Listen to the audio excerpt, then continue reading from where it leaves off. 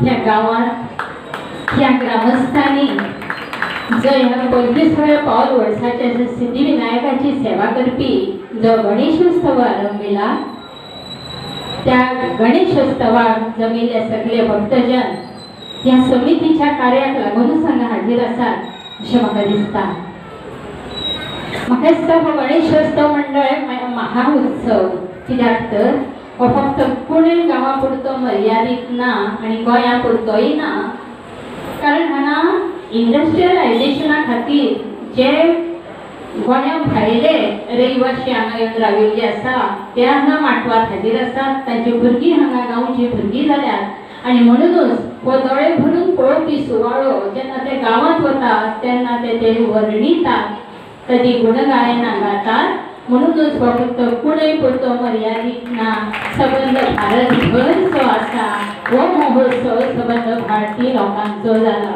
हे आपल्यामध्ये आहेतच, परंतु ह्या सगळ्या ताणतणावातही आनंदी राहण्याचं एक माध्यम देवाने आपल्याला दिलेलं आहे. म्हणजे हा जो आनंद आपण या ठिकाणी घेतो तो एरवीही वर्षभर आपण घेऊ शकतो, जीवनभर आपण घेऊ शकतो.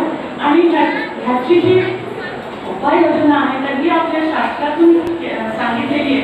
तर त्याच्यासाठी 2च मिनिटं तुमची देते. मला माहिती आहे की सगळ्यांनी जे फुगडी करायचं ते आलेले आहेत, तर वाट पाहत आहे की आपण या ठिकाणी कार्यक्रमातून घेतला तर एरवी सुद्धा आपण आपली सगळी कर्तव्य करत असताना भगवंताच्या नामस्मरणातून घेऊ शकतो.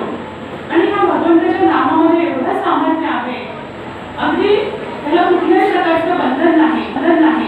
येता जाता उठता बसता सगळी कामं करता स्वयंपाक करताना देखील आपण भगवंताचं नामस्मरण करू शकतो. आणि ह्यातून काय होतं तर आपल्याला आपल्या जीवनाचा ताण कमी होतो, आपलं जीवन आनंदी बनतं, आपण सदाचारी बनतो. आपण मग त्यातून दुसऱ्याचं वाईट चिंतत नाही किंवा इच्छित नाही. आणि यामुळे सगळा समाज देखील हा सदाचारी